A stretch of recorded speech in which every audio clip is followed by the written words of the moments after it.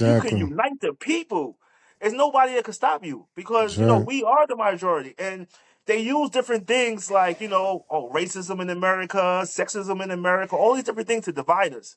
Yeah. It's not about white, it's not about black, it's not about Nope. orange or blue. It's Mm-mm. only two sides: what's right and That's what's right. wrong.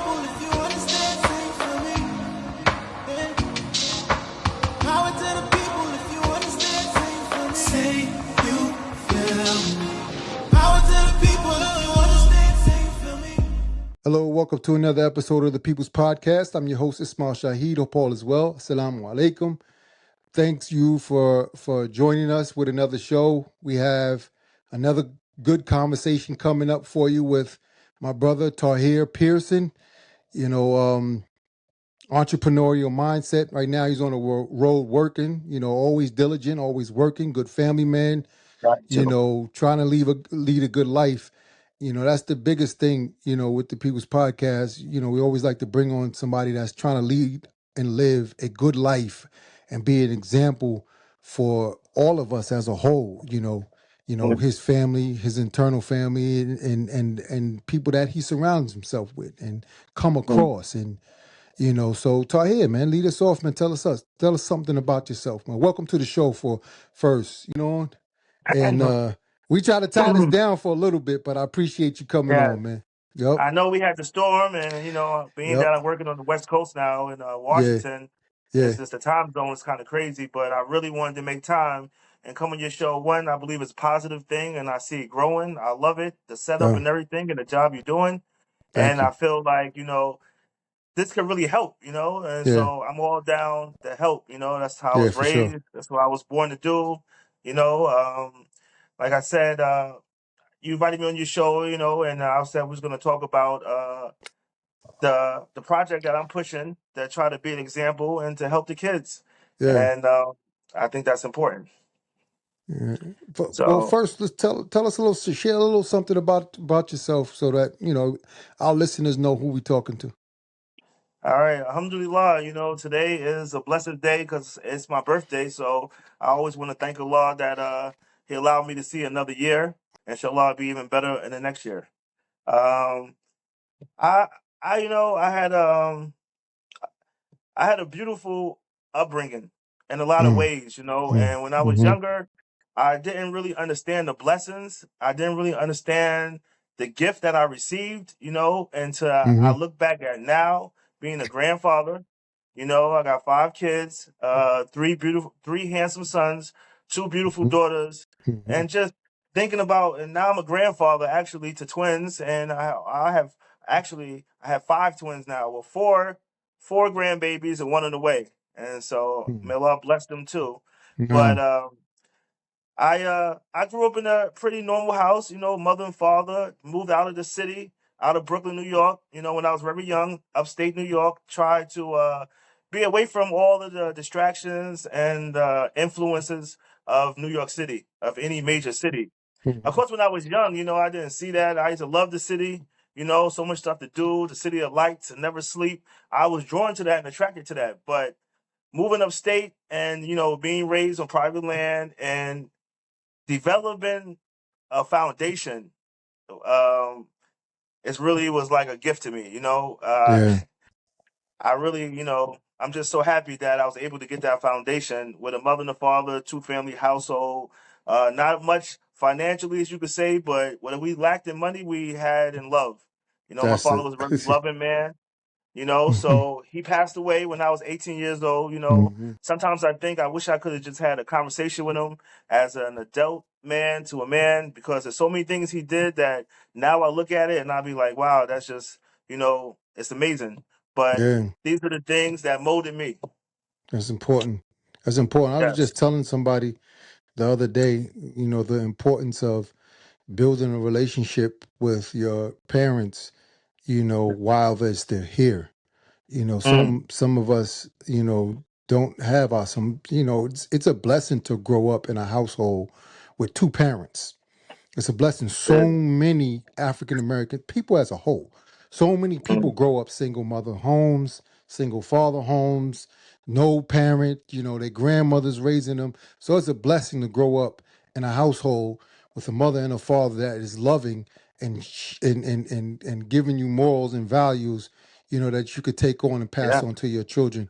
So you got to develop that relationship with your parents and your father, especially for us as men with our fathers.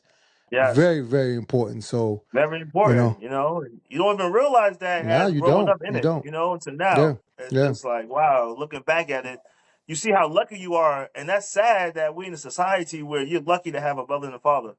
But Mm-hmm. it's even more luckier now than I was growing up, Yeah. you know? And it's just, it's amazing because I see the impact it had on my life. I see the teachings and stuff that came to me when I was in some dark moments and bad times. I Yeah. thought about all the things I learned, you know, all the things I seen, all the things I was taught, and it helped me get through it. So I It's realized it excellent. definitely is a blessing. It's excellent. So where we at now, man? Where you at in your life now, man? What's on your mind? What's on your plate? What you got going on? Fill us in. I Honestly, know we it's were talking when you wanted to join the when I asked you to join the show. I wanted you to really highlight some things that's being done within the community. You had a project that was going on for a little while called Project Save Our Sons, and the positivity of that project, was so huge. The yes, surroundings of that project, the people that developed it, we can't forget, Aunti Salima Bay. yes, We cannot forget her because she was a yes, huge part in it, the instrument of, the avenue of Project Save Our Sons. So let us know yes, what's going on, man. Tell us what you want to do with it. Tell us how it's growing. Tell us what we yes, can do to also help as well. So fill us in. yeah. Um, I was definitely just about to say that. You hit it right on the hammer. Sister Slima Bay, rocking to LA, she passed away. May Mm-hmm. Allah bless her, forgive her for her sins, elevate her status. She was more than just a part of Project Save Our Sons and Daughters. She was the heart of it. She Mm-hmm. called us and she used to have meetings and get us together. And her main message was, we have to save the youth. And her thing was keeping us out the streets. She didn't want us to fall in the same system. She seen that we were systematically, in her eyes, being diverted into a chainsaw, basically, a system that just grinds you up and spits you out, Mm-hmm. and you end up with the same results for so many different people. And she wanted to change that. And I really didn't. She used to call me and call me and call me. I mean, to the point where sometimes I see her phone and be like, I gotta call her back because right now I'm at work, I'm doing this. I'm not gonna be able to I know because if I talk to her, we're gonna be talking for a minute, you Yeah. know. And I didn't take it serious, and I had a friend that just not living the way he was supposed to live. He was a real good guy, man, good heart dude. It's crazy because I met him in Philly because a friend of mine was married to a sister in Philadelphia, and we used to go out there. He's spend time with his family and stuff. And this kid, he was only like 14, 15 years old. He wanted to come back with us. His name was Jamaal Mm-hmm. Mosley. Mm-hmm. And his mother, we said, you can't come back now as you talk to your mother, and your mother says it's cool. Now, I never thought his mother would say it's cool, honestly. He was like Mm-hmm. 16, 17 years old, but she said Mm-hmm. she couldn't control him. He Yeah. was out of control, not coming home, staying out all night. His father wasn't around. So we brought Yeah. him back to Binghamton with us, Mm. and we taught him the deen, and he loved Islam. He really did. Like, he used to just be so inspired. And it brought more love for me because just watching him like engulf him, I remember that feeling when you first start realizing like what a gift Prophet Muhammad SAW So was to son. us, the Mm-hmm. foundation he was to us, and how we are so blessed to even understand that he's a gift.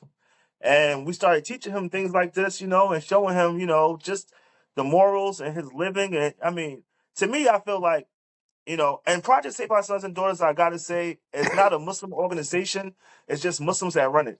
That's it. We are an Yeah. organization for everybody because one thing that, Sister Slima Bay always says, something that we can always agree on is we want better for our kids. I Mm. don't care what race you are, I don't care what religion you are, you want better for your kids. And so that was the basis of Project Save Our Sons and Daughters. We wanted to do programs, we wanted to feed the poor, we wanted to educate, Mm-hmm. we wanted Mm-hmm. to teach trades, we wanted to give young men other options. It used to be called Project Save Our Sons. And because the sons, she always says, are the leaders, and I agree with the captain of the boat. but you gotta have that co-captain. You gotta have the wife. Two family structure, I feel like makes the strongest boat. And That's right. so as we he passed away, and I did a march to say stop the violence, and I was really motivated because I really wanted to change. I really felt like a lot of this gun violence, a lot of these killings was stupid. Like it could have been avoided, Yeah. and it caused Yeah. so much pain and so many families in so many different directions, and it really never really heals. It just snowballs until you really address it. So I wanted to do a march, and I wanted to, unite the people and see if we could all stand for let's stop the violence. And Yeah. I got to say, I was surprised how many people showed up. It was so many Mm-hmm. people showed up from so many different from the churches. Sister Salima Bay did a really good job of going to all the churches and pushing the message. And we went to all of the people, I could say, you want to say in the hood, the people that we knew, the people that were, maybe not living the correct life, but at the end of the day, they wanted a safer, cleaner, better environment for their kids to Mm-hmm. grow up in. Mm-hmm. So they was down for it, and the impact was so crazy. It was so many people that came to the march that a guy that was running for mayor, Tariq Abdul-Azim, and he came to me and gave me a little budget and told me to pay my organization to go door to door and knock on the door and say, if you elect Tariq as mayor, this is what he will do for you. And they gave us an office, and I forgot the building downtown, and I went back on the road. I went to work, things happened and it kind of drizzled off. But I see people all the time and they ask me what's going on with Project Save Our Sons and Daughters. So I started interviewing people, just on the road, just, interviews, kind of raw and real. And I would interview them. I got people from Alabama. I got a lady from London. I got just different people that I got to clean it up and edit it. But everybody's still saying the basic, they want better. We all got different views of how we are going to achieve that better, but we all agree on that we want better. Yeah. And like one of the things I want to do is start this podcast because I feel like that the first step, just like you're doing, is uniting the people. We have to get Yes. the people's ears, to Yes. save the youth. And I always ask people this: if we're going to save the youth, it has to start in the home. Mm-hmm. It doesn't Mm-hmm. start when they're 17, 18, 19. It got to start from 5, 6, 7, 8. We got to, like one of the questions I asked a person I was interviewing, I said, if you really believe that there was no premarital sex, would there be more marriages in America instead of on the decline, or will it be on the rise?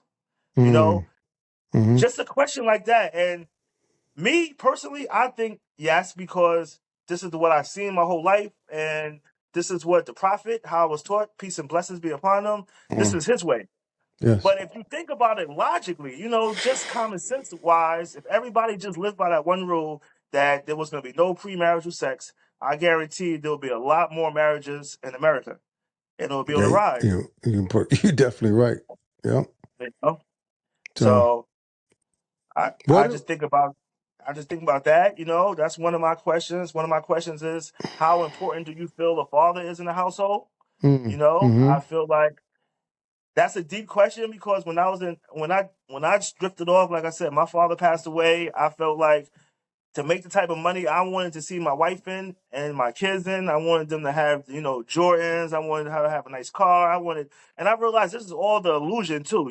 It's the matrix. It keeps you Yeah. trapped, Yeah. and you think this is what success is. When success is love, caring in your household. You got love in your household. You got caring in your household. You there for your kids. You teach them morals and values. You raise your daughters to be princesses. You raise your sons to be princes and kings. I mean, it's a lot to go into raising a household Yeah. besides being, financially rich. Yeah. You could be rich in money and yet low in character and value. I mean, Yeah. look at Puff Daddy right now. Exactly. He's a billionaire. He's sitting Exactly. there in the cases for all different types of disgraceful crimes. His legacy will be forever ruined. He probably will lose all his money if found convicted as guilty. I mean, at the end of the day, that's not value. Money's not value. That's right. That's not success. It deals with the heart. That's right. So, What are some of the no, issues you think are plaguing the youth, man, that we need to address, man? well, that's a good question, because that's one of the things I think about. If we're going to save our sons and daughters, what's attacking them? Yeah, We have to yeah, understand what's attacking them. And that's like I right. said, it's starting the household because just Googling it, just statistic wise, just looking up a couple things, right? Mm-hmm. 71% of all high school dropouts come from fatherless homes, single Mm, parent households. mm-hmm. 71%.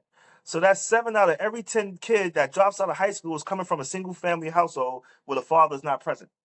That to me Mm, is beyond high with rates. yeah. 85% of the youth in prison come from fatherless households. And the crazy thing about it is just reading that stat had my mind blown.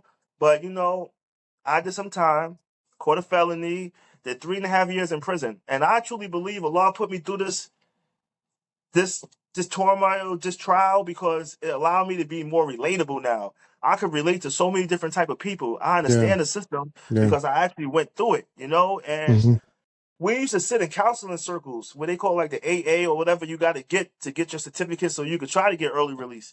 Mm-hmm. And these council circles and everything is just so the prison could be funded, but that's a whole nother thing. But in a circle, what really stuck out at me, the counselor said, name 3 positive things about your dad. Now, this is a circle of 40 something inmates, and we sitting in a circle. And I'm shocked because man after man after man after man is, oh, F that man. I don't even know my father. He was never in my life. He could drop dead tomorrow. Like, nobody had anything positive to say about their father. All of them had abandonment issues. Every last one of them dudes. And when they got to me, I said, it'll be harder for me to find, 3 negative things about him. Like, Right. my father was just a positive, positive, positive in my eyes in so many Yeah, different ways. yeah. My first role model, the first person I wanted to be like, look up to. I had 2 good fathers, getting married after my father passed away. My father-in-law, he helped me understand a lot of different things. Growing Mm-hmm. into a young man, transitioning into a grown man, Mm-hmm. And so I was blessed even more than a lot of people who don't even Yeah, have one. yeah, yeah. But the response was so great to me. So now that makes me think that, okay, one of the things that's plaguing our households is we have weak communities. And Mm, what makes weak communities? Weak households, because strong households make strong communities. yes. And how do we have, weak households? Because we have a lot of single family households. So why? Like, just for example, 40 to 50% of first marriages in America ends in divorce. 40 to 50% of marriages ends in divorce in America. And 60 to 67% of second marriages ends in divorce. So it gets worse the second time you get married, and I just think, like, what's the cause of that? What is the issue? Yeah, we Why gotta is this ask. happening? Yeah, we gotta ask. What's the cause of that? Yeah. What's the cause of that? And I look at a lot of different things, and I say, one of the things I believe is a big influence on the kids is social media, is TV, is all of these different programmings, because that's what they are. That's what they say. You could change the program or program your TV with the channels because it's a form of programming. And we have to monitor that. When I was young, I had a great spiritual leader, what the Christians would call a priest, Alhamdulillah. Muslims we call him a sheikh, yes. No. And he took all the TVs away. And I was Mm. I was thinking, like, man, like, at the time we was listening to books on tape, reading more, but we had no TV. And that was one of the best things that ever happened to me, and You I you realized. no, go Mhm. ahead. No, go ahead. No, I was just saying I realized the benefit that, and right now you take the TVs and the games away from these kids, you might have to physically fight some of them. Like, that's how addicted they are to Yeah. these games and stuff. They can't put it down. I You mean, you know more people than not are not allowing their children to watch TV now. Taking the TVs out wow. of the homes. A lot more people are doing that more than you think. And Mm, because people, like you read off the statistics, people are reading off and studying the statistics of mm, a household that the children are constantly watching TV and they're constantly playing the video games, and it's what it's doing to them. And they coming from the aspect of it's messing with their school studies or their studies or Mm, their, and not only that, a lot more people are starting to say, listen, I either want to private school my student mm. or homeschool my Homeschool. student. A lot Yes, more people are doing that as well, to take away the distractions because they realize what's happening to these children. Now you go into what you was talking about where marriages and households are ending in divorce. We can go into that, but like your project Save Our Sons and Save Our Daughters, that's very important. mm. I- If I can offer a suggestion, Yes, of course. is to also get the fathers involved and the parents involved when you dealing with the children, because that may help bring along, like you said, y'all was in the circle, and the guy asked, name one positive thing about your father, because they know the parents is playing a big role in It these is. households, It especially is. the father. And Yeah. men have to, it is very important that men bear the weight of it and stop Yes. pointing the finger. Pops Yeah. used to say all the time, you can't do this unless you're doing Mm, this here. You mm, can't point the finger at somebody else if you're not pointing the finger at yourself. Hold mm. yourself accountable, hold yourself responsible, and be more, mature and say, listen, I'm going to hold on to this marriage that may be, rocky or this here Right. because I got little ones. We have little ones to bring up in the world, and they have to carry on, the legacy of a family and become family men and mothers and fathers and raise their children. We Yes. giving them the example. We breaking our household up because, oh man, we can't take it no more. Or households are going through, all types of issues, drugs, music, TV, pornography, that's breaking up the homes.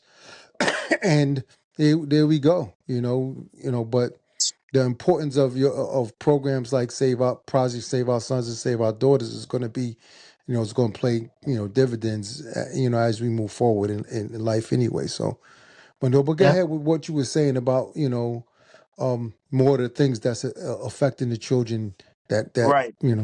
Like I feel like we gotta, and the thing about it is, like I talk to different people and they be like, "Whoa, but you don't want to top on this topic or that topic." And my thing Mhm. is like, I don't know who you trying to avoid. Our kids are being attacked. And Yeah, that's how we got to look at it. It's not a yeah, distraction. It's an yeah, attack. It's an attack. It's an attack. yeah. It's a attack spiritually, physically, mentally, Mentally, that's right. emotionally. That's right. These kids now, they on 5 or 6 different pills for their anxiety, for their Yeah, ADHD, all this type of stuff yeah, that I never even heard of. exactly. Like they just, because mentally, they got some schools, just talking to different people all across the country, just like right now I'm in Seattle, the whole is a, and it's crazy how you go to a blue state or a red state. It doesn't make a difference. It's all the same agenda. It's just different ways they go about it.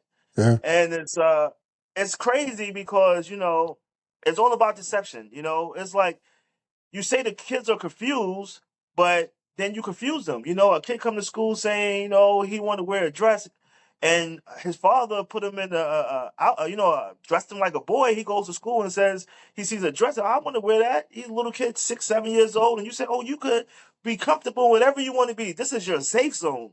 This is your mm-hmm, safe zone. Safe mm-hmm, for who? Not safe for the parents that are sending their kids in a certain way and teaching them a certain way and building a certain foundation. It's not safe for us. Who is it safe for?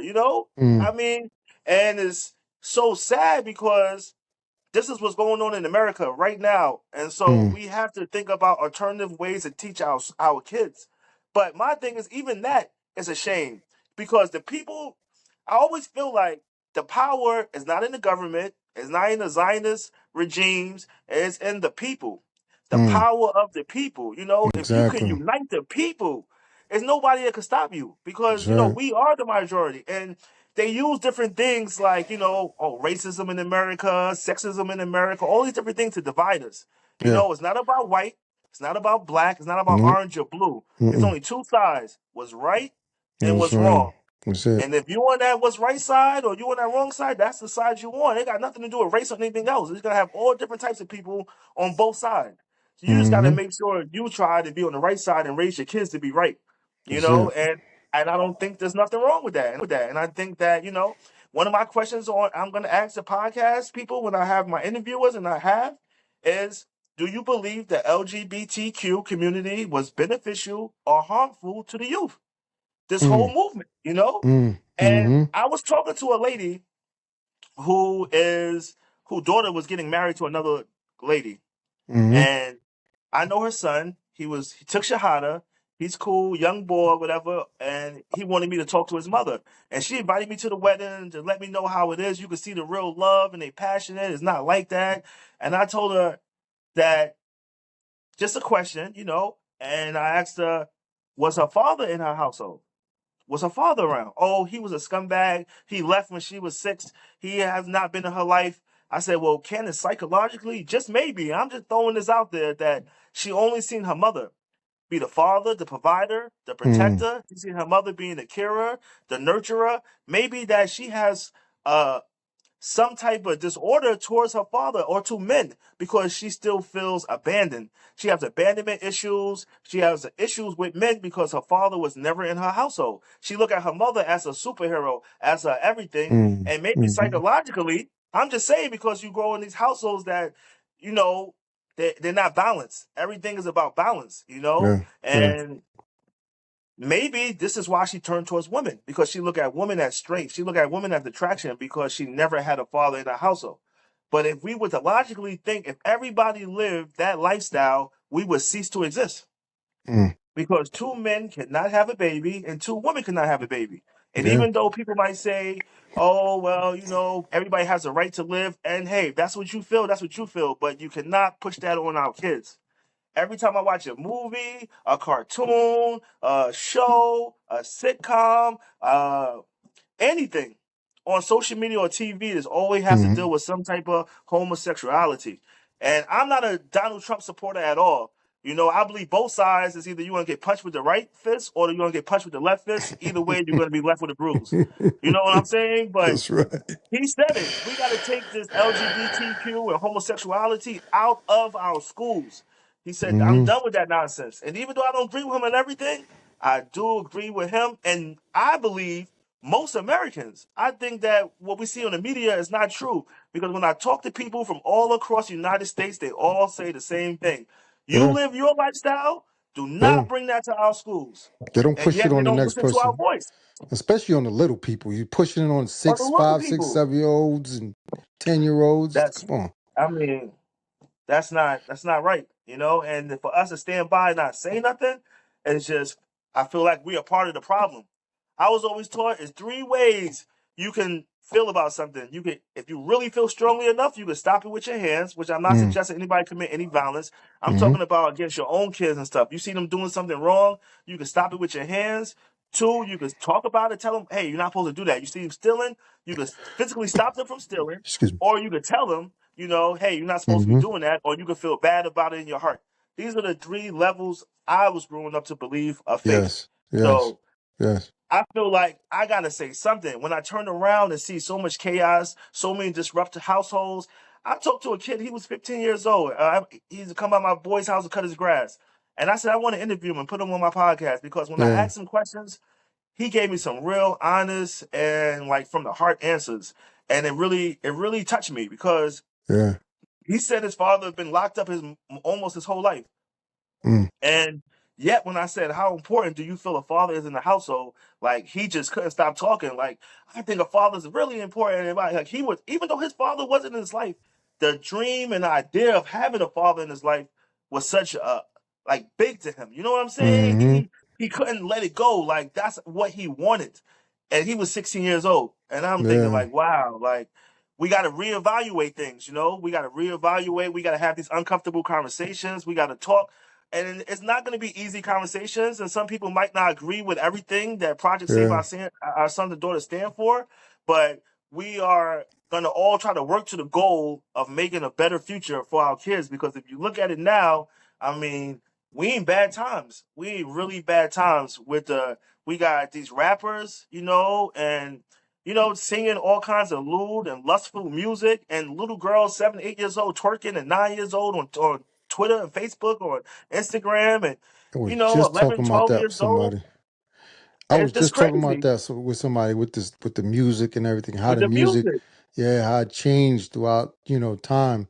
And I remember my mother telling me one time about music in her time, where a cuss word or a bad word, Mm, was unheard of. In a mm, song. When they started to put it in music, it was like, whoa, it whoa. shocked people.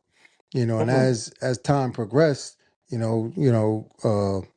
and even when I was young, when I was, 5, 6, 7, 8, 9, mm, 10, 11, the music that we heard in the cities that we lived in wasn't as aggressive. But as I mm. became to, start to go into my teenage years, then It excuse me, became. then it started to evolve into, and then you had, because in the 80s, from the late 70s, 80s, 90s, you had the crack Mm, epidemic, so yes. then it became gangster music: kill, shoot, sell drugs, boom, boom, boom. I'm on the block. It became all of that. And then now Mm, it's going into a different level. Well, I don't even understand. I mean, they talking about, people on songs talking about suicide, yeah. and taking drugs, of a high caliber. I mean, it's really Yeah. outrageous out here. It's really And bad. being a slut. Yeah, I and being mean, a slut. that's Yeah, another hmm, thing. I'm just being honest. yeah, That's yeah, selling drugs. Even if you watch the shows nowadays like Power, I'm not gonna sit here and lie. I watch Power, and it's not. And I think about like this are the heroes that these kids want to grow up and be like. The I, ghosts and all these people, they were major drug dealers, killers, murderers, yeah. I've never gangsters. watched Power. I haven't. I've never watched Power my whole life. I've never watched one episode. Yeah, it was I mean, a lot of people watch it, and Yeah, I I know. started I watching a know. little bit of it, and it's entertainment to me. But I realize, even me, I sit back at 44 years old today, and I say, "Wow, that's crazy." The influence that it makes you want to be like these people, especially when you're young. Especially when Yeah, you're young, you feel like this yeah, is important. This is what I want to be. And even growing up, you had Paid in Full. All these movies were like yeah. the what you wanted to be like that's the goal. That's the man right there. And it was nothing but a drug dealer, a killer, a murderer, just a criminal. And that's what Well, they try to influence. And that's what they always show, it seems like, African American males, because that's another way to divide us and a way for us sending our kids back to prison. And that's well, what it goes to. yeah, It's we so have to sad because I remember I was remember. young. I watched Denzel Washington play Malcolm X, and I loved that movie.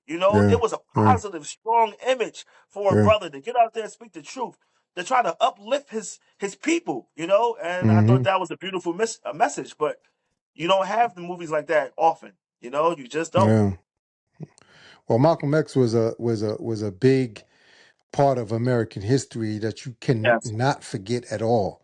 So, you know, and I'm starting to see a lot more, um, on social media, of his. Maybe it's because of the algorithm. I don't understand. Because I've been doing a lot of research on Malcolm X too as well.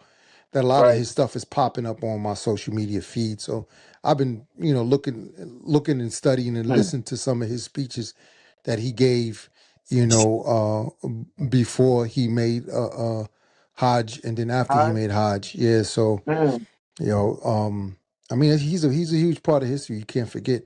Like you said, you don't Yes. see African American leaders like that now Nope. in today's world. So I mean, what are we gonna do? The example has to be set. You I'm know, having to say. the example has to be set and shown that, like you said earlier, the sooner Rasul Sam, So it's wrong.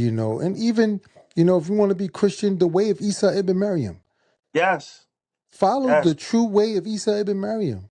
If you don't, if you have, you can still be correct and follow the way of Isa ibn Maryam. Yes. We were just talking. I was just talking this evening, Mm, and we were saying that you don't have to be Muslim to be correct and live your life properly. You don't have to. mm. Muslim is not the. If Islam is not for you, follow the 10 Commandments. Live your Yes. life right. Live your life correct. Have a good, structure and moral value within your home. You know what Yes. I'm saying? So these are the And, things you got to get and this. that's one of the biggest problems Yeah. of the youth is that there's Mm-hmm. no moral fabric. There's no Mm-hmm. ground, no foundation. It's like you can Yep. do whatever, you can be whatever, you can do anything, and Mm-hmm. it's acceptable. It's like, oh, that's just that person living their best life. There's no Oh value in it, man, you know. I can't stand And that it's statement. sad when I hear Mm. that. It's like, wow, like I'm living my the best life. churches are empty, you know. It's sad because it's really affecting our youth. And the more we don't step up and say anything, the worse and worse and worse it's gonna get.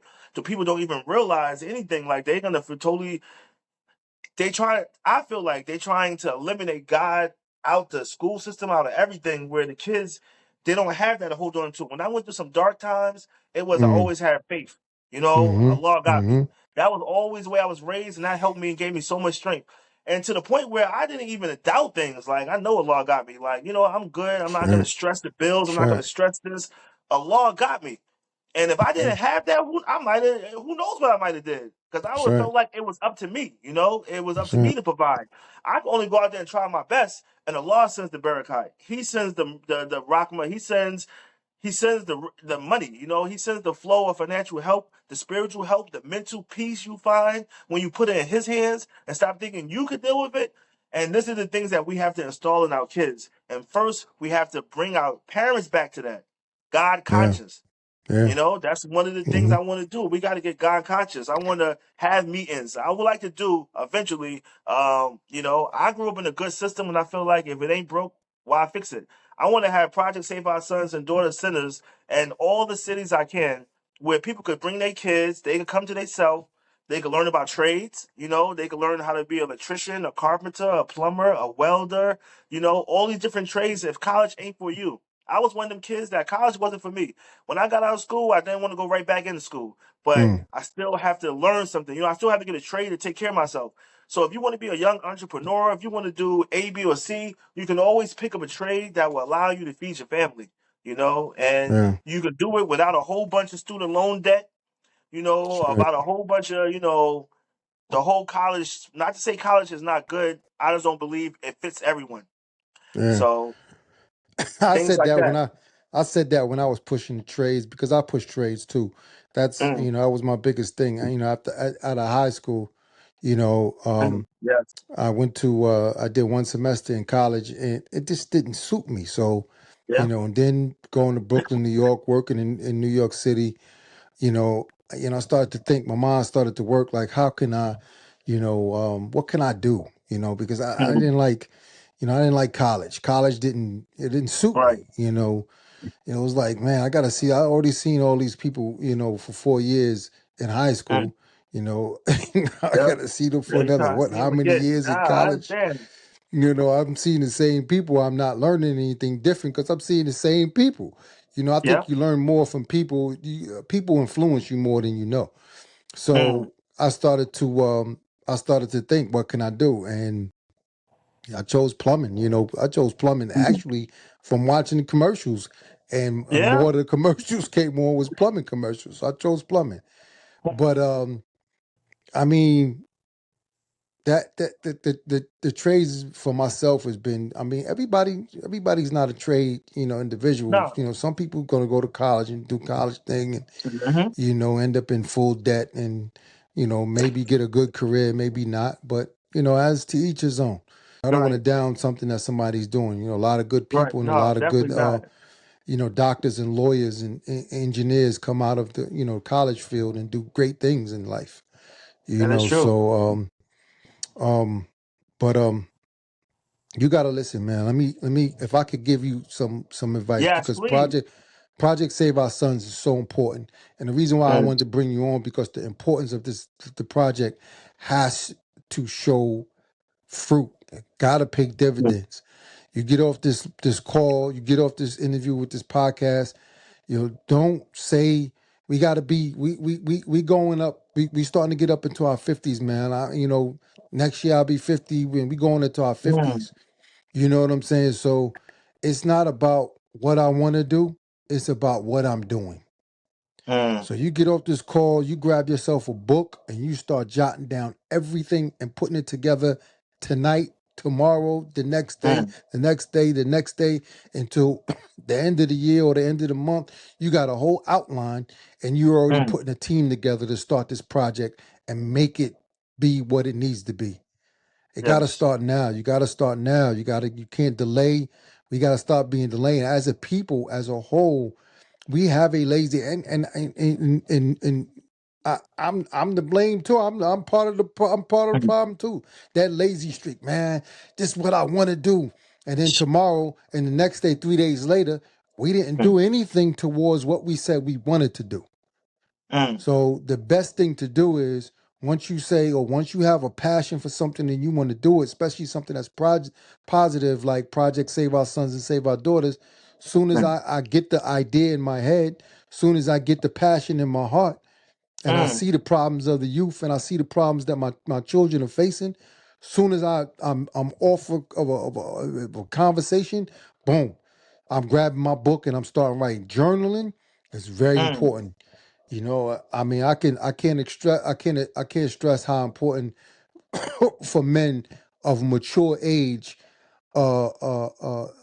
how journaling will affect the things that you're doing mm, in the mindset that you have, and get rid of that laziness that we have, because we all mm. had that laziness where, you Yes. know, uh, yeah, I'm gonna do it tomorrow, maybe. I got real busy today, man. I had to work. Oh man, so much is going on. Somebody called me, this person's in the hospital. And then the next day, nothing, everything's gonna Mm, keep happening. Things are not gonna stop happening. So yes.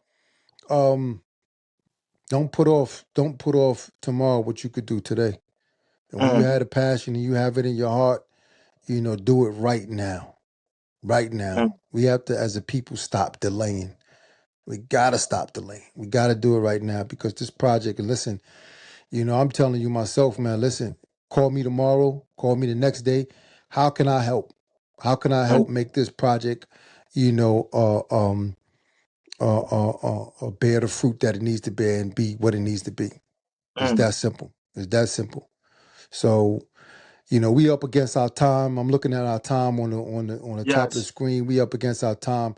Close us out, man. Man, tell us what you're gonna have tomorrow, man. Tell us All that. right. I mean, I just want to thank you too, Ish, because you definitely inspired me, man. This People Yeah, podcast, I watch the progression, I watch you do it, and I yeah, seen the effect, man. You giving people who had no voices, and yes. that's a beautiful thing. I'm definitely gonna work on it. I've been working on it. Okay, I've been doing little skits and stuff, but I'm definitely gonna call you. I'm gonna need your help I putting it all got you. together. I And got you. I'm glad that you offered, and I'm definitely gonna reach out. I'm gonna get it done. Tomorrow I'm gonna go to work and I'm gonna try to, keep working on the podcast and hopefully soon I'll be releasing the episode. But I really appreciate the time and I know the time differences is even later for you. The Oh, it's commitment, all I really good. do appreciate that. It's all good. Inshallah. I appreciate you coming on, brother, man. This is Yes. stay pot. And like I said, I'm there. You need help? Okay. Call and let's make this happen. All right? Yes. Inshallah. Inshallah. Inshallah. Assalamu Well, alaikum. thank you. Wa alaikum salam wa rahmatullahi wa barakatuh.